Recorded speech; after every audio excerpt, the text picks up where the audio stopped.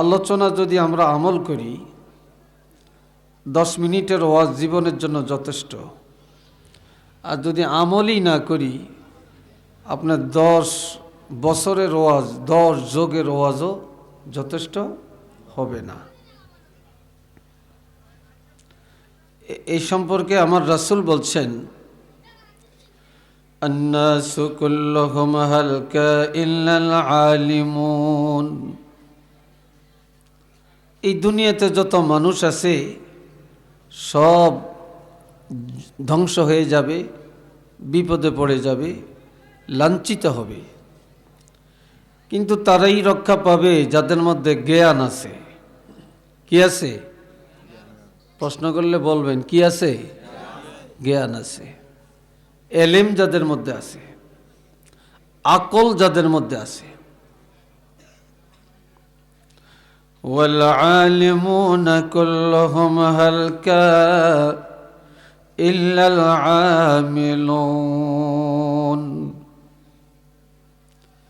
এই দুনিয়াতে যত জ্ঞানী, আকলমান, বুদ্ধিমান, বৈজ্ঞানিক, উচ্চশিক্ষিত, নিম্ন শিক্ষিত যত বলেন, যত এলেমদার আলেম আছেন সব ধ্বংস হয়ে যাবে, অর্থাৎ লাঞ্ছিত হবে।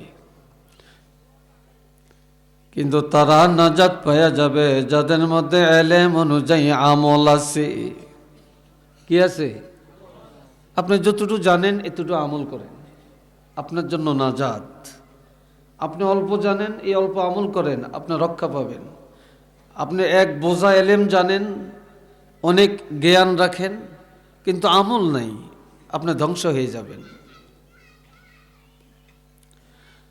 والعاملون كلهم هلكا إلا المخلصون।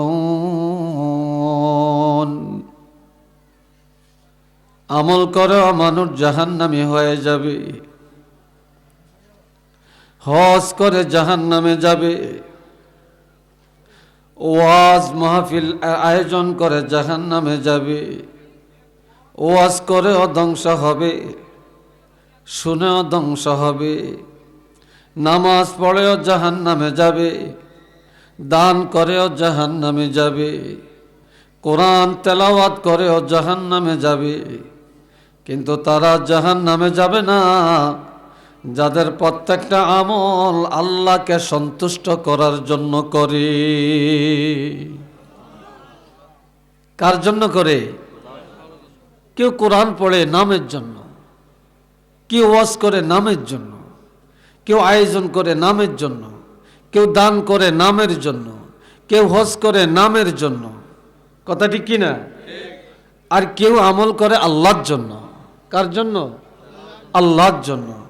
তাই যারা নামের জন্য করে তারা ধ্বংস হয়ে যাবে, এই আমল করেও জাহান্নামে যাবে। আর যারা আল্লাহর জন্য করে একমাত্র তারাই জান্নাতে যাবে। একটু আওয়াজ দিয়া বলেন সুবহানাল্লাহ। তাহলে আমাদের আজকের আয়োজন, আজকের এই আলোচনা, আপনাদের এই শ্রবণ, আমার এই কথোপকথন, এগুলা কার জন্য? হ্যাঁ, আল্লাহ নবী কি বলছেন? কুল ইন্না সালাতি ওয়া নুসুকি ওয়া মাহইয়ায়া ওয়া মামাতি লিল্লাহি রাব্বিল আলামিন। হাবিব আপনি বলে দেন, আমার নামাজ, আমার কোরবানি, আমার পুরাটা জিন্দেগি, আমার মরণ আল্লাহর জন্য। কার জন্য? যিনি বিশ্বজগতের প্রতিপালক, সে আল্লাহর জন্য, আর কারো জন্য না। আল্লাহ আরো কি বলছেন? ফামান কানা ইয়ারজু লিকা রাব্বিহি ফালইআমাল আমালান সালিহান ولا يشرك بعبادة ربه أحدا। আমরা সবাই আল্লাহকে চাই। বলেন কাকে চাই? যুবকরা জোরে বলো, আমরা কাকে চাই? আমরা আল্লাহরে পাওয়ার জন্য এখানে আসছি, ঠিক না? ফামান কানা ইয়ারজু, যারা আশা করে, কি করে? আশা করে, লিকা রাব্বি, আল্লাহর দিদারের আশা, আল্লাহকে পাওয়ার আশা, আল্লাহর সান্নিধ্যে যাওয়ার আশা যারা করে। আমরা তো সবাই কিয়ামতের ময়দানে যাব, আল্লাহর দরবারে দাঁড়াবো, ঠিক না? আমরা কি আল্লাহর দিদার চাই না? আমার আল্লাহ বলেন তাদের উচিত ফালিয়ামাল আমালান সালিহা, তারা যেন নেক আমল করে। যারা আল্লাহর দিদারের আশা করে তারা যেন নামাজ পড়ে, রোজা রাখে, আল্লাহর জন্য হজ করে, তারা যেন জিকির করে, তারা যেন দান করে, তারা যেন সৎ পথে চলে, তারা যেন বিবিরে পর্দায় রাখে, তারা যেন কোরআন পড়ে, তারা যেন কোরআনের আমল করে, তারা যেন গুনাহ না করে, তারা যেন সুদ না খায়, তারা যেন ঘুষ না খায়, তারা যেন মিথ্যা না বলে, তারা যেন গাঞ্জাখুরি না হয়, তারা যেন জুয়াখোর না হয়, তারা যেন সুদখোর না হয়, তারা যেন জিনাখোর না হয়, তারা যেন নেক আমলে জীবনটা ব্যয় করে। ولا يشرك بعبادة ربه أحدا, তারা যেন ইবাদতের মধ্যে আল্লাহর সাথে কাউকে শরীক না করে। বলেন আমরা ইবাদত করব কার জন্য? এই জোরে বলেন কার জন্য? আর যে ইবাদত মানুষকে দেখানোর জন্য করে, নামের জন্য করে, এটা শিরক। বলেন এটা কি? এটা শিরক, এটা ইবাদতের মধ্যে শিরক। যে ইবাদত আল্লাহর জন্য করব, সেই ইবাদত মানুষকে দেখানোর জন্য যদি করা হয় তাহলে এটা শিরক। কাজেই তোমরা ইবাদতের মধ্যে শিরক করবে না, ইবাদতটা আল্লাহর জন্য করবে। কার জন্য? ইবাদতটা আল্লাহর জন্য করবে। ঈমানের শাখা 70-এর উপরে।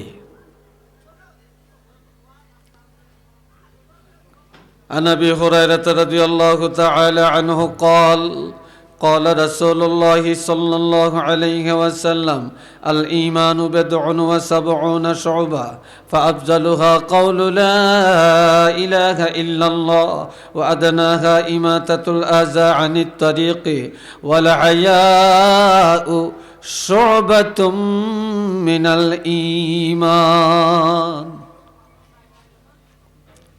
মুত্তাফাকুন আলাই, বুখারী মুসলিম শরীফের হাদিস। খুব খেয়াল করেন, আপনারা চাটাই বিছিয়ে দেন না কেন? কর্তৃপক্ষ নাই, এই চাটাই বিছান না, এই আপনারা কুদ্দুস সিটে নিয়ে বসে আপনারা ইয়ে করতেছেন। আপনারা চাটাই বিছান না কেন সুন্দর করে? মানুষ আর বসবে কোথায়? হ্যাঁ এ ভাই শুনেন, আমার দিকে চান। আল্লাহ রাবি ইরশাদ করেন ঈমানের শাখা 70-এর উপরে। সর্বোত্তম ঈমান হলো লা ইলাহা ইল্লাল্লাহু মুহাম্মাদুর রাসূলুল্লাহ। সর্বনিম্ন ঈমান হলো কষ্টজনিত বস্তু রাস্তা থেকে সরিয়ে দেওয়া। কষ্টজনিত বস্তু, রাস্তা একটা গর্ত, এই গর্তটা মানুষ কষ্ট পেতে পারে। আপনি এক চাকা মাটি, এক ওড়া মাটি দিয়া পুড়িয়ে দিলেন, আপনি এটা ঈমান, এটা ঈমানের পরিচয়। একজনে বোঝা উঠাতে পারেন, আপনি তার বোঝাটা উঠিয়ে দিলেন। রাস্তায় কাঁটা, আপনি সরিয়ে দিলেন। রাস্তায় গরুর পায়খানা, আপনি এটা সাফ করে দিলেন। তারপরে রাস্তা ব্রেকিট দেওয়া, আপনি এটা রাস্তা ক্লিয়ার করে দিলেন। এটা ঈমান। হাদিসে, আরেক হাদিসে আছে, আপনি মানুষের চলাচলের পথ যদি ক্লিয়ার করে দেন, কাঁটা সরিয়ে দেন, একটা কলার বাকল দেখছেন হাতে ধরে ফেলে দিলেন, আপনি একটা কাঁঠালের বাকল দেখছেন হাতে ধরে ফেলে দিলেন, আপনি একটা গর্ত ফুরিয়ে দিলেন, রাস্তাটা সুন্দর করে মানুষের চলাচলটা ফ্রি করে দিলেন, আপনার লাভটা কি? আমার নবীজি বলেন কিয়ামতের ময়দানে লোকটা যদি জাহান্নামী হয়ে যায়, তাহলে আল্লাহ রাব্বুল আলামিন তার পথের যত কাটা, যত বাধা, সব বাধা আমার আল্লাহ নিজের হাতে সরাইয়া দিয়া এই লোকটাকে জান্নাতে পাঠাইয়া দিবে। এই লোকটাকে জান্নাতে পাঠিয়ে দিবেন। কত দামি আমল আমরা করি না। ওয়াল হায়াউ শুবাতুম মিনাল ঈমান, লজ্জা শরম এটা ঈমানের অংশ। লজ্জা আছে, ঈমান আছে, লজ্জা শরম নাই, ঈমান নাই। এখন আমরা হয়ে গেছি গরু ছাগলের মতো, হাইওয়ান জানোয়ারের মতো। না আছে যুবকদের মধ্যে লজ্জা শরম, না আছে মা বাপের মধ্যে লজ্জা শরম, না আছে মহিলাদের মধ্যে লজ্জা শরম, না আছে যুবতীদের মধ্যে লজ্জা শরম, না আছে কোনো কাজে লজ্জা শরম। বিবাহের মধ্যে লজ্জা শরম, চাল চলনে লজ্জা শরম, বেচা কিনায় লজ্জা শরম, একজন আলেমের সাথে কি আচরণ সেখানে লজ্জা শরম, একজন ইমামের সাথে কি ভাষায় কথা বলতে হয় সেখানে নেই লজ্জা শরম, একজন মুয়াজ্জিনের সাথে কি ভাষায় কথা বলতে হয় সেখানে নাই লজ্জা শরম, একজন মুরব্বীর সাথে একটা যুবক কিভাবে ইজ্জত দিয়ে কথা বলতে হয় সেখানে নাই লজ্জা শরম, একটা শিক্ষিত লোকের সাথে কি আদব রক্ষা করতে হয় সেখানে নাই লজ্জা শরম। কথা ঠিক না? লজ্জা শরমটা উঠে গেছে। অথচ আমার রাসূল বলেন এই লজ্জা শরমটা হলো ঈমান। যার লজ্জা শরম আছে তার ঈমান আছে, যার লজ্জা নাই তাদের ঈমানও নাই। একটু নাউযুবিল্লাহ বলেন।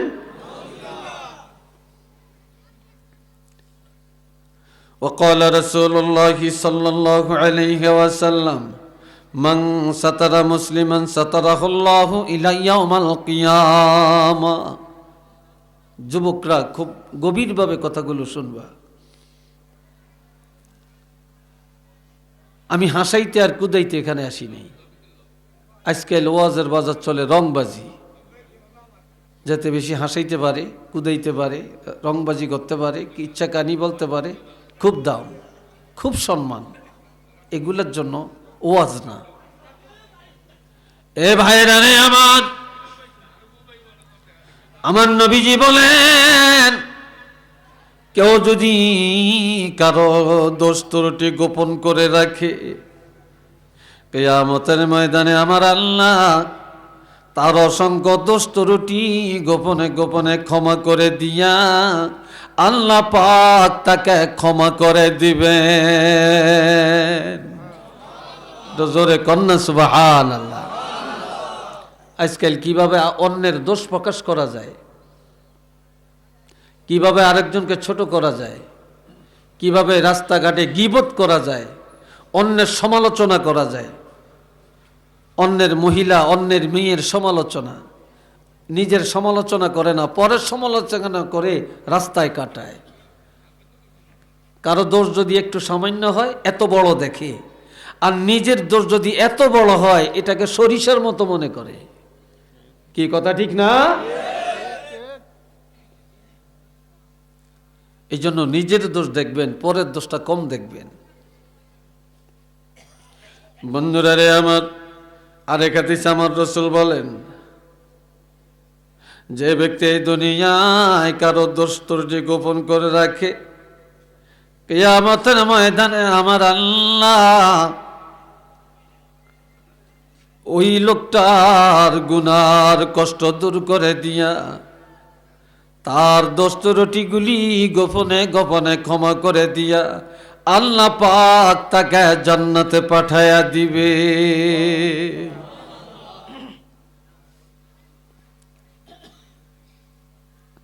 এই দুনিয়াতে, এই দুনিয়ার জীবনটা খুব সামান্য।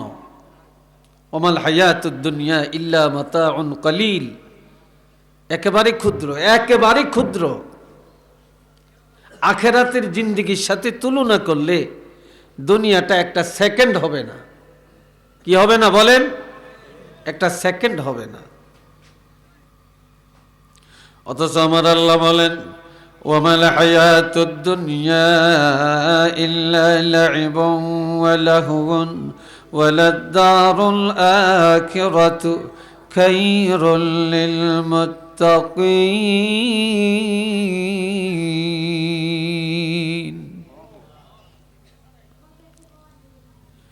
এই দুনিয়ার জীবন, এই দুনিয়ার হায়াত, এটা খেল তামাশা ছাড়া আর কিছুই না। তামসা করতে করতে সময় চলে যায়, টের পায় না। মোবাইল দেখতে দেখতে সময় চলে যায়, টের পায় না।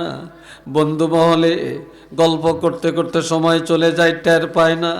খেলতে খেলতে চলে যায়, টের পায় না। ব্যবসা করতে করতে সময় চলে যায়, টের পায় না। রাজনীতির ময়দানে দৌড়াতে দৌড়াতে সময় চলে যায়, টের পায় না। কোন দিক দিয়ে সময় চলে গেছে টের পায় না।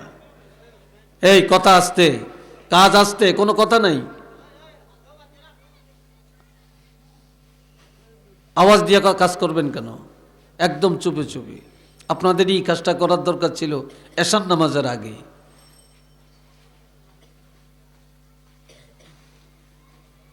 এ ভাইয়েরা আমার দিকে চাননি আমার দিকে? কথা শুনেন না ওই দিকে তাকাচ্ছেন? আপনারা উঠছেন কেন? যারা বসছেন এরা আবার উঠছেন কেন? কি পিছনে যেতেন ভাও করেন কেন? এটা করেন, পিছনে যারা আসবে তারা বসবে, আপনারা তো বসছেনই। ছেলেরা রাস্তায় খেলায়, মাঠের মধ্যে খেলতে যায়, 1 ঘন্টা খেলায় কেমনে ঠকাবে, কেমনে জিতবে, কারে ঠকাবে, নিজে কেমনে জিতবে, এই চিন্তায় টাইম চলে যায়।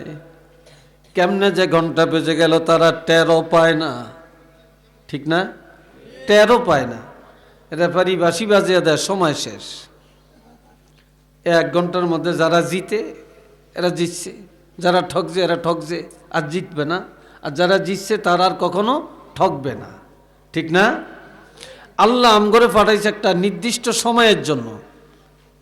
এই সময়ের মধ্যে আমরা আল্লাহর ইবাদত করব, এই সময়ে নামাজ পড়ব, এই সময়ে সত্য কথা বলবো, আখিরাতের জিন্দেগিটা গঠন করব, জান্নাতি জীবন যাপন করব। কিন্তু আমরা চিন্তা করি আজকে না কালকে, কালকে না পরে, এখন আমার বয়স কম, আর একটু পরে, আমি এখন জওয়ানকাল বুড়া হইলে, আমি এখন লেখাপড়া করি, পরীক্ষা দেওয়া শেষ হইলে, এখন নামাজ পড়তাম না তখন করব, এখন ভালো কাজ করব না তখন করব।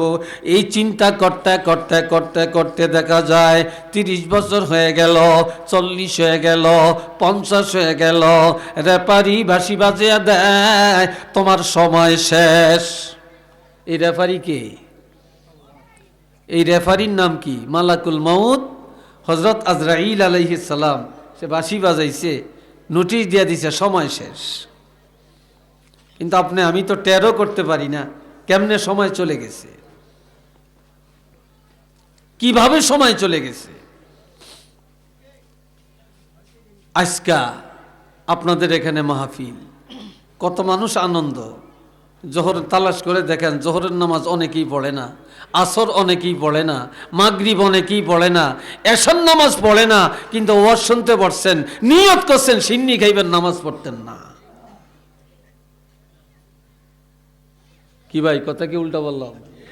হ্যাঁ ঠিক তো, আপনারা কইলেও ঠিক, না কইলেও ঠিক, এই কোনো উল্টা কথা কই না, ঠিক কথাই কইছি, এটাই বাস্তবতা। আমার আল্লাহ পাক বলেন, ওয়ালাদ-দারুল আখিরাতু খায়রুল লিল মুত্তাকিন।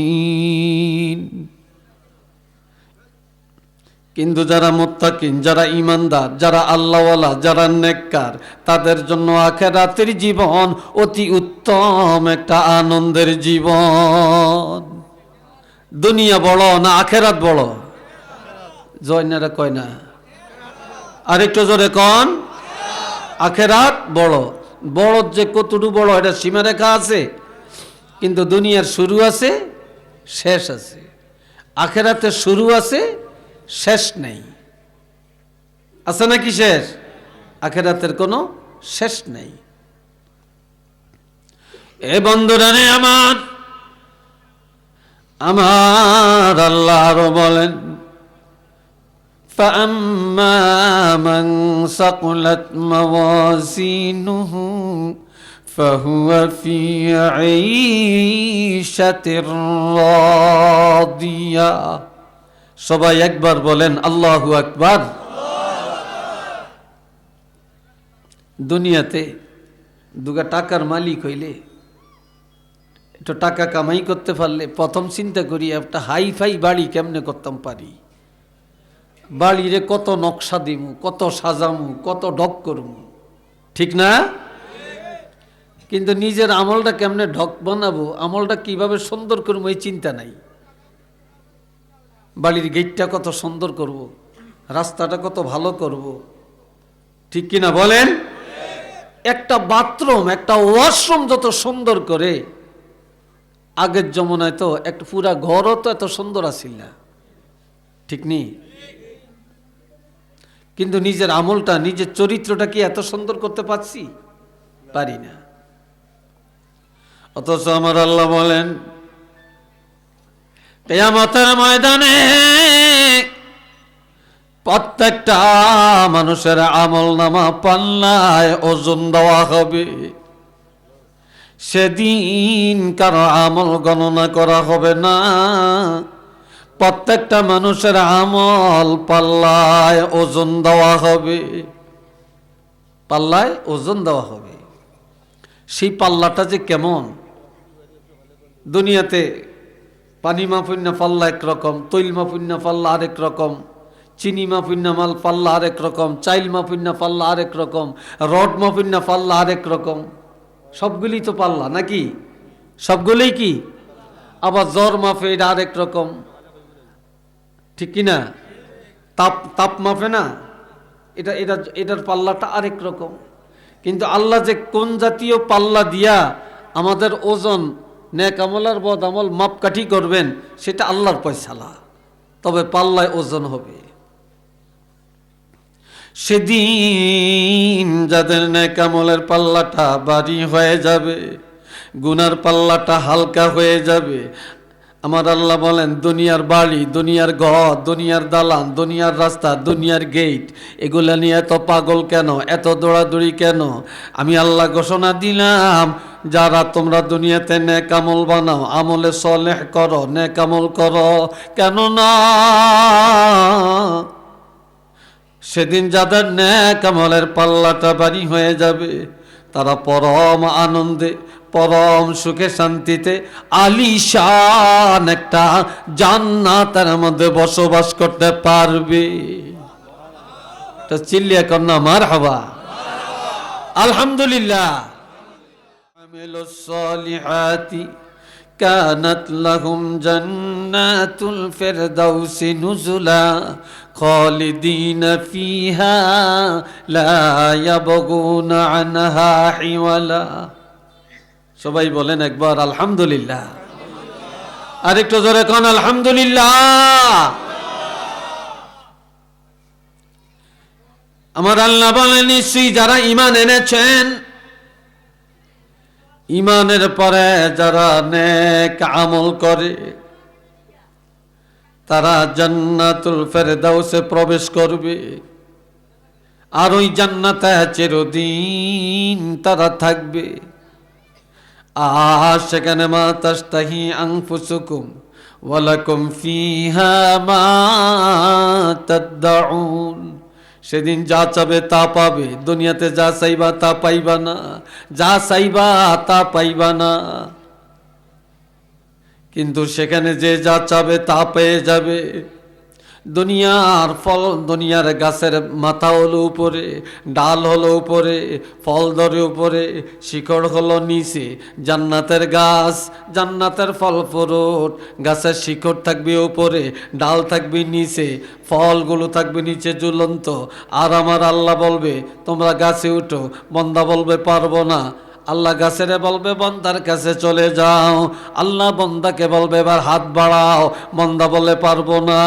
আল্লাহ বলবে বন্দার মুখের কাছে চলে যাও। মুখের কাছে চলে গেলে আল্লাহ বলবেন হাত দিয়া ছিনিয়া মুখে দাও। বন্দা বলবে আল্লাহ এটাও পারবো না। আল্লাহ বলবেন তাহলে তুমি হাঁ করো।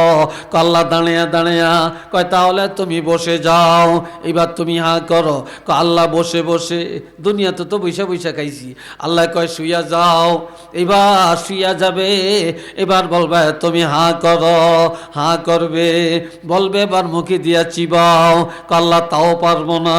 আমার আল্লাহ জান্নাতের গাছের অর্ডার দিবে, ফলের অর্ডার দিবে, তুমি রস হইয়া ফল তুমি পেটে যাও, রস হইয়া সুস্বাদু হইয়া আমার বন্দার পেটের মধ্যে ঢুকে যাও।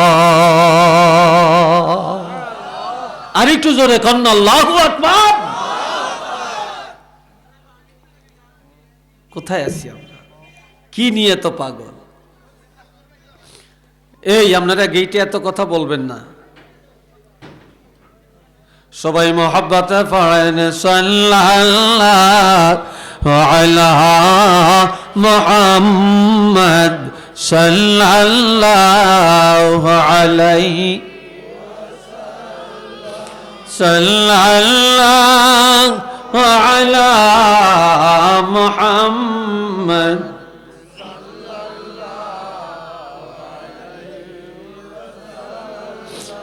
সবাই মহব্বতে বলেন আলহামদুলিল্লাহ। আর একটু জোরে কোন আল্লাহ। আবার আল্লাহ আরেক দলের কথা বলছেন, ফামান সাকুলাত মাওয়াজিনুহু ফাউলাইকা হুমুল মুফলিহুন। সূরা আরাফে আল্লাহ এই আয়াত বলছেন। আমার আল্লাহ বলেন, সেদিন যাদের নেক আমলের পাল্লা ভারী হবে তারা হবে সফল কাম, তারা বিজয় লাভ করবে, তারা মুক্তি পাবে, তাদের উল্লাস জীবন, তাদের বালা জীবন, তাদের উন্নত জীবন, তাদের জীবন সফল।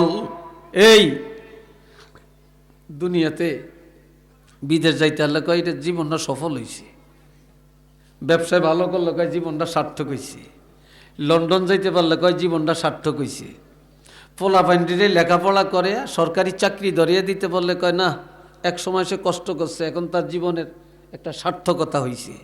কথা ঠিক না? আর আমার আল্লাহ কয় না, বাদ দে এগুলা। সফল জীবন কার? আল্লাহ ঘোষণা দিচ্ছেন, ফামান সাকুলাত মাওয়াজিনু,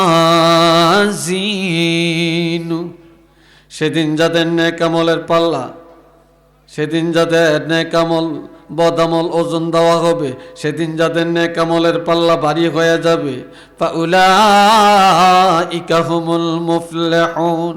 আমার আল্লাহ বলেন তাদের জীবনটা সফল, তাদের জীবন সার্থক।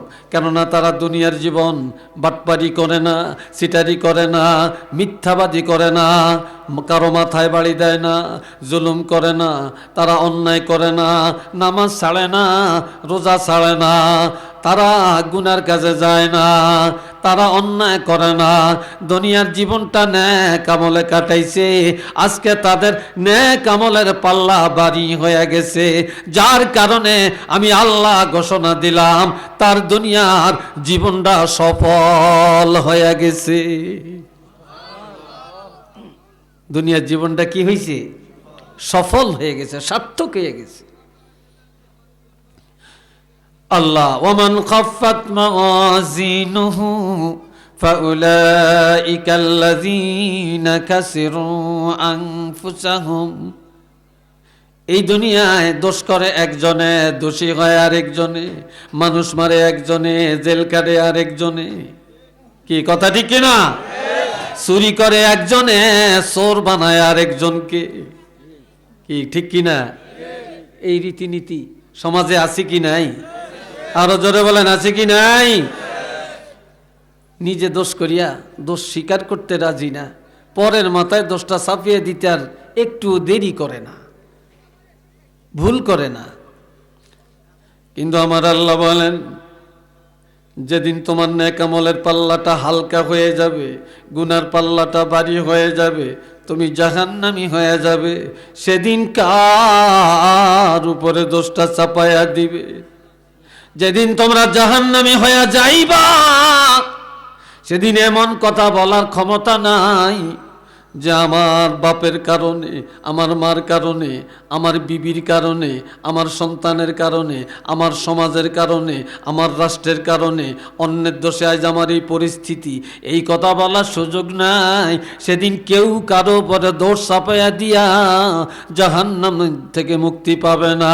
সেদিন যারা জাহান্নামে যাইবা, প্রত্যেকটা মানুষ নিজের কারণে নিজে জাহান্নামী হইয়া যাইবা, নিজের দোষে। আরেকজনের উপরে দোষ চাপাইবেন। আপনার কোনো কেউ নামাজ পড়তে না করছে, আপনার কেউ ভালো কথা বলতে না করছে, আপনারে কেউ গুনাহ করতে বারবার বলছে, আপনারে সুদ খাইতে কে বলছে, আপনারে ঘুষ খাইতে কে বলছে, আপনাকে মিথ্যা বলতে কে বলছে, আপনাকে নামাজের থেকে বাধা কে দিছে, নেক আমলে বাধা কে দিছে?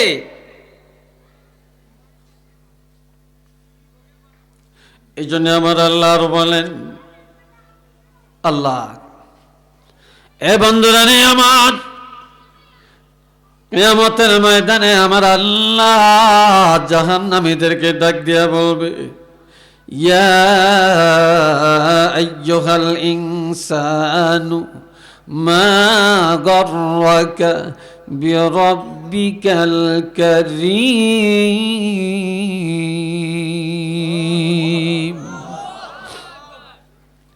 আমার আল্লাহ বলেন, ও আমার নাফরমানেরা রে, ও গুনাহগারেরা, আজকে কেন রে জাহান্নামী হয়ে গেল? কি কারণে জাহান্নামী হইলা? তোমাদের মহামহিম রব্বুল আলামিন থেকে তোমাদেরকে কে বিভ্রান্ত করল? আল্লাহর কথা অমান্য করার জন্য কে নির্দেশ দিল? তোমাদেরকে কে জাহান্নামী বানাইল রে? আজকে কেন তোমরা জাহান্নামী হয়ে গেলা? সেদিন সবাই মাথা নিচু করে রাখবে, মাথা উঠাইয়া জবাব দেওয়ার ক্ষমতা থাকবে না, জবাব দেওয়ার ক্ষমতা থাকবে না রে। এই জন্য আমার আল্লাহ বলেন, একদিন সাহাবীরা জিজ্ঞাসা করল, ইয়া রাসূলুল্লাহ মাতা সাআ, কিয়ামত কবে? কিয়ামত কবে? আমার নবীজি বলেন, কিয়ামত কবে এই কথা নিয়ে আসছো, তবে কিয়ামত তো আসবে। কিয়ামতের জন্য তুমি কি তৈরি করছো, কি প্রস্তুতিটা গ্রহণ করেছো? কিয়ামত তো একদিন এসেই যাবে। আমার আল্লাহ এই সম্পর্কে বলেন, ইন্নাস সাআতা আতিয়া, নিশ্চিত তোমাদের কাছে কিয়ামত আসবে। আকাদু উখফিহা, তবে আমি আল্লাহর কাছে এটা গোপন রেখে দিলাম এই জন্যে, লিতুজজা কুল্লু নাফসিম বিমা তাসআ, সেদিন প্রত্যেকটা মানুষকে তার কর্মের বিনিময়ে দেওয়া হবে, পুরস্কার দেওয়া হবে। যেদিন পুরস্কার দেওয়া হবে সেই দিন আমি আল্লাহর কাছে গোপন রেখে দিলাম। উচ্চ আওয়াজে বলেন না সুবহানাল্লাহ। আর একটু জোরে কোন সুবহানাল্লাহ। সেদিন পুরস্কার দেওয়া হবে, সেদিন পুরস্কৃত করা হবে। সেই দিন আমার কাছে আমি গোপন রাখলাম, আমি অগ্রিম জানাতে চাই না, অগ্রিম জানাতে চাই না। কোথায় আছি রে ভাই? বন্ধুরা রে আমার, শুধু এখানেই শেষ না। আমার আল্লাহ আরো বলেন, ও দুনিয়ার মানুষ, এই দুনিয়াটা জান্নাত কামাই করার জায়গা এখানে, জাহান্নাম কামাই করার জায়গা এখানে, আল্লাহর পথে চলার ক্ষমতা এখানে, শয়তানের পথে চলার ক্ষমতাও এখানে। সিদ্ধান্ত তোমরা নাও, তোমরা কি আল্লাহর পথে চলবা না শয়তানের পথে চলবা? তোমরা কি জান্নাতি হইয়া কবরে যাইবা না জাহান্নামী হইয়া যাইবা? জান্নাত কামাই করার দায়িত্ব তোমার, আর জাহান্নাম কামাই করার দায়িত্ব তোমার। আল্লাহ নিজের ইচ্ছায় কাউকে জাহান্নামই দিবে না, আর আল্লাহ কাউকে জান্নাতেও দিবে না। প্রত্যেকের নিজ ইচ্ছায় আমলের কারণেই পাবে জান্নাত, আর বদ আমলের কারণেই পাবে জাহান্নাম। তোমরা কোনটাতে যাইবা সিদ্ধান্ত নিবা, সিদ্ধান্ত নিবা। আমার আল্লাহ পাক আরো বলেন, এ বাচ্চাটিকে হাঁটতে দিয়েন না, মাঝখানে হাঁটতে দিয়েন না। আমার কথা বুঝেন আপনারা? জোরে বলেন, বুঝেন? আল্লাহ আমার ভাইরা রে, এ আমাদের ময়দানে সারা জীবনের আমল হিসাব হবে, হবে নি? কথা বলেন না কেন? আরো জোরে বলেন, হবে কি না? পুরা জিন্দগির আমল হিসাব দেওয়া হবে। এই যে এটা একটা চিঠি, মনে করেন একটা চিঠি। এই চিঠিটা আমেরিকা থেকে, লন্ডন থেকে আপনার ছেলে একটা খামের ভিতরে করে রেজিস্ট্রি করে টিকিট লাগাইয়া আপনার নামে বাংলাদেশে পাঠাইছে। আপনি চিঠিটা খুললেন, খুলে আপনি পড়লেন ছেলে কি লেখছে। আপনি যদি না বুঝেন, তাহলে আপনি যিনি ভালো লেখাপড়া করেন ওনার কাছে নিয়ে গেলেন, একটু বুঝাইয়া দেন। কথা ঠিক কিনা? একটু বুঝাইয়া দেন, তাই না? একটু বুঝাইয়া দেন। কিন্তু কিয়ামতের ময়দানে আমার আল্লাহ বলেন, সেদিন প্রত্যেকটা মানুষের আমল, নেক আমল বলেন বদ আমল বলেন, প্রত্যেকের আমল প্রত্যেকটা মানুষের হাতের মধ্যে দেওয়া হবে। প্রত্যেকের হাতের মধ্যে দিয়ে আল্লাহ বলবেন, ইকরা কিতাবাকা কাফা বিনাফসিকাল ইয়াউমা আলাইকা হাসিবা। এই তুমি সারা জীবন কি করছো? এই যে তুমি পড়ো, তোমার আমল তুমি পড়ো, তোমার নিজের চোখে দেখে দেখে পড়ো।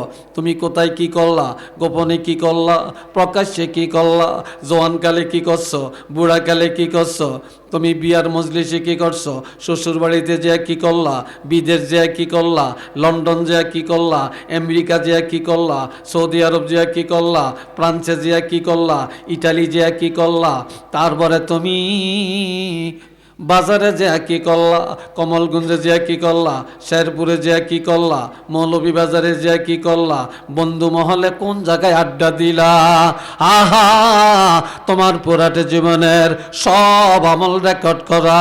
তুমি কোন দিন নামাজ পড়ছো, কোন দিন পড়ো না, কোন দিন রোজা রাখছো, কোন দিন রাখো না, কোন দিন সত্য কথা বলছো, কোন দিন মিথ্যা বলেছ, সব রেকর্ড করা আছে। এই রেকর্ড তোমার হাতে দেওয়া হলো।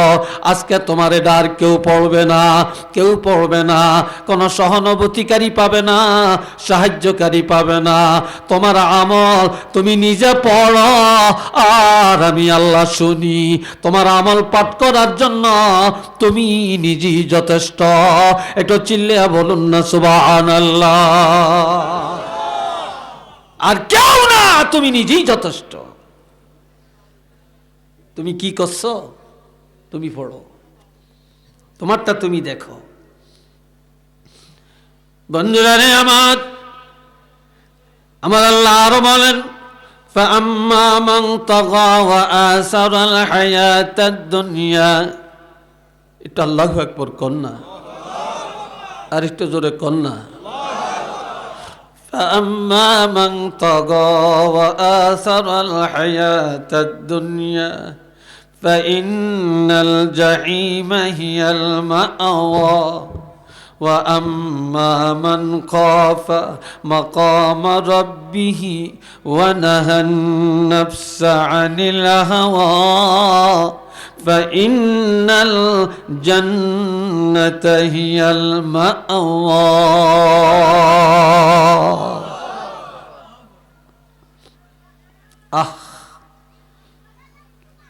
আমার আল্লাহ বলেন যে লোকটা বা সেদিন যারা এই দুনিয়াতে গুনাহ করতে করতে, মিথ্যা বলতে বলতে, হারাম খাইতে খাইতে, চুরি করতে করতে, জিনায় যাইতে যাইতে, তারপরে অন্যায় করতে করতে নিজকে দুর্ভাগা হতভাগা বঞ্চিত লাঞ্ছিত করে দিয়েছে, দুর্ভাগা বানিয়ে দিয়েছে। ওয়া আসারাল হায়াতাদ দুনিয়া, আখিরাতের উপরে দুনিয়াকে প্রাধান্য দিছে। দুনিয়ার বাড়ি গাড়ি নারী, দুনিয়ার ধন দৌলত, দুনিয়ার টাকা পয়সা, দুনিয়ার নারী সমাজ, দুনিয়ার যুবক, দুনিয়ার অট্টালিকা, এটাকে অনেক বড় মনে করছে। আর দুনিয়াটারই বড় মনে করছে, আখিরাতটারে ক্ষুদ্র মনে করছে। আমার আল্লাহ ঘোষণা দেন, এমন নাফরমান দুনিয়াদার, এদের ঠিকানা জাহান্নাম। বলেন কোথায়? আরো জোরে বলেন কোথায়? আরো জোরে বলেন কোথায়? এই ঘোষণা কি আমার না আল্লাহর? চিল্লিয়া বলেন কার? আল্লাহর। ওয়া আম্মা মান খাফা মাকাম রাব্বি, আর যে ব্যক্তি চলতে ফিরতে খাইতে উঠতে বসতে সব সময় চিন্তা করে ভয় করে, আমি আল্লাহর দরবারে কেমনে যাই, আমি কি নিয়ে আল্লাহর দরবারে যাব, আমার জীবনটা কোন কাজে খাটাইলাম, কি করে আমি 40, 50, 60, 70 বছর জীবন পার করলাম। হায় হায়, আমার উপায় কি? আমি আল্লাহর দ্বারে কি নিয়ে যাব? আমি কবরে মাটি দিব, পিঠ দিব, কবরে শুইব, আমি কি নিয়ে যাব? আমি কিয়ামতে আল্লাহর দরবারে কি নিয়ে দাঁড়াবো? আমার এই চেহারা আল্লাহরে কেমনে দেখাবো? আমার এই গুনাহগুলো নিয়ে কেমনে দাঁড়াবো? সেদিন আমার উপায়টা হবে কি? আবার আল্লাহ বলে সেদিন, ওমা লিমান খাফা ওয়া আম্মা মান খাফা মাকাম রাব্বি, আল্লাহ দরবারে দাঁড়ানোকে যারা ভয় করে, কি করে? ভয় করে। ওয়া নাহান নাফসা আনিল হাওয়া, গুনাহ দেখলে নিজ আত্মাকে গুনাহ থেকে ফিরাইয়া রাখে। গুনাহ সামনে আসছে, আল্লাহর ভয়ে ফিরে রইছেন। গুনাহ সামনে আসছে, আল্লাহর ভয়ে গুনাহ না করে তার থেকে নিজকে বাঁচিয়ে রাখছেন। আমার আল্লাহ বলেন, যে লোকটা চলতে ফিরতে খাইতে উঠতে বসতে শুইতে সব সময় আমি আল্লাহকে ভয় করে চলে রে, আর একটা গুনাহ সামনে আসলেই আমি আল্লাহর ভয়ে নিজ আত্মাকে গুনাহ থেকে বাঁচিয়ে রাখছে। আমি আল্লাহ ঘোষণা দিলাম, আমার এই বান্দাগুলি জাহান্নামে যাবে না, যাবে না, যাবে না। ফাইন্নাল জান্নাতা হিয়াল মাওয়া, এমন লোকটা যেন তার ঠিকানা জান্নাত বানিয়ে নিয়েছে। একটু চিল্লিয়া বলেন না সুবহানাল্লাহ। আরেকবার বলেন আল্লাহু আকবার। আজকে আমি একটা কথা জানতে চাই, আমরা কি জান্নাতে যাইতে চাই না জাহান্নামে যাইতে চাই? জোরে বলেন।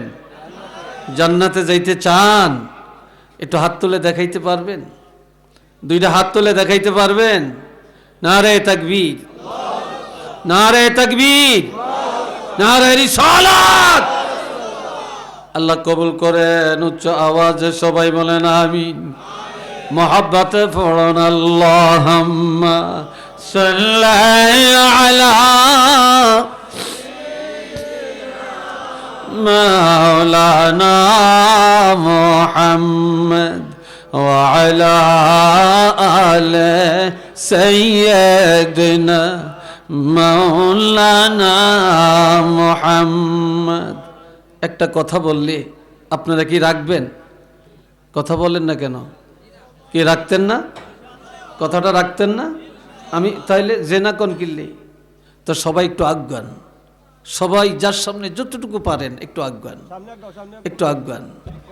আপনারা কেন এইগুলা ফুরেন না? আপনারা চাটাই ঠিক মতো দেন না কেন? হ্যাঁ হ্যাঁ,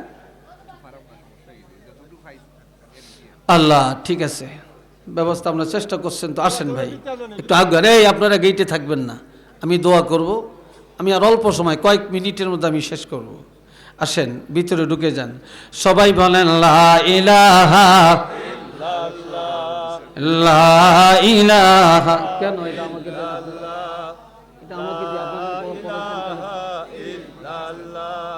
সেই জন্য কি লা ইলাহা ইল্লাল্লাহ লা ইলাহা লা ইলাহা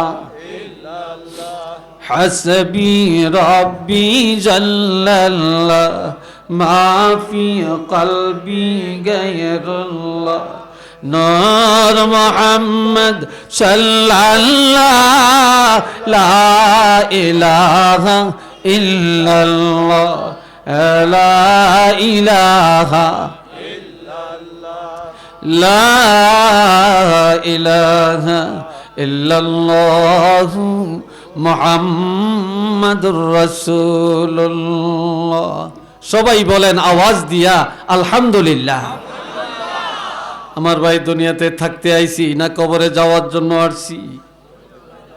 কথা বলেন। লিকুল্লি উম্মাতিন আজাল। আমার আল্লাহ বলেন প্রত্যেকটা জাতির জন্য একটা নির্দিষ্ট সময় আমার আল্লাহ নির্ধারণ করে রেখেছেন, এটা মৌতের জন্য। এই সময়টা যখন এসে যাবে, নির্দিষ্ট সময় প্রত্যেকটা মানুষের মৃত্যু ঘটে যাবে। একটা মুহূর্ত আগেও না পরেও না, জাস্ট টাইমে সবাই কবরে চলে যাবে। কেউ দুনিয়াতে থাকতে আসি না, সবাই আমরা দুনিয়া থেকে যাওয়ার জন্য আসছি। তবে আমার ভাইয়েরা রে, একজন কবি সব সময় বলতেন আসছি একা যাব একা। বলেন আসছি একা যাব একা, সঙ্গে নিব কি সঙ্গে নিব দুটি নাম আল্লাহ নবী। ঠিক না? আমরা আল্লাহর ভয়, আল্লাহর বিধান, নবীর আদর্শ, এর বাইরে কিছুই নিয়ে যাওয়ার ক্ষমতা নাই। চিল্লিয়া বলেন আছে? আজ একটা নিয়ত করেন আমার যুবক ভাইয়েরা, আল্লাহ রাসূল বলছেন কিয়ামতের ময়দানে একজন ইমানদার নেককার, আল্লাহু আকবার, আরশে আজিমের ছায়ার নিচে জায়গা পাবে 7 শ্রেণীর মানুষ। তার মধ্যে এক শ্রেণী হলো ওয়াশাবুন নাশাআ ফি ইবাদাতিল্লাহ, যেই সমস্ত যুবকরা যুবতীরা জোয়ানকালে নামাজ পড়ে, জোয়ানকালে সত্য কথা বলে, জোয়ানকালে গাঞ্জা খায় না, জোয়ানকালে মদের আড্ডায় যায় না, জিনার আড্ডায় যায় না, জোয়ানকালে আল্লাহর ইবাদত করে, আল্লাহকে ভয় করে, নবীজির সুন্নত তরিকায় আমল করে। এই যুবক যুবতীরা কিয়ামতের ময়দানে আল্লাহ পাকের আরশে আজিমের ছায়ার নিচে থাকতে পারবে। আপনারা সেই যোগ্যতা অর্জন করতে চান? জোরে বলেন চান? আল্লাহ কবুল করেন। সবাই বলেন আমিন। আর একটু জোরে বলেন আমিন। আমরা দুনিয়া চাই না আখেরাত চাই? জোরে বলেন দুনিয়া চাই না আখেরাত চাই? কারা কারা আখেরাত চাই? আরেকবার দুইটা হাত দেখায়।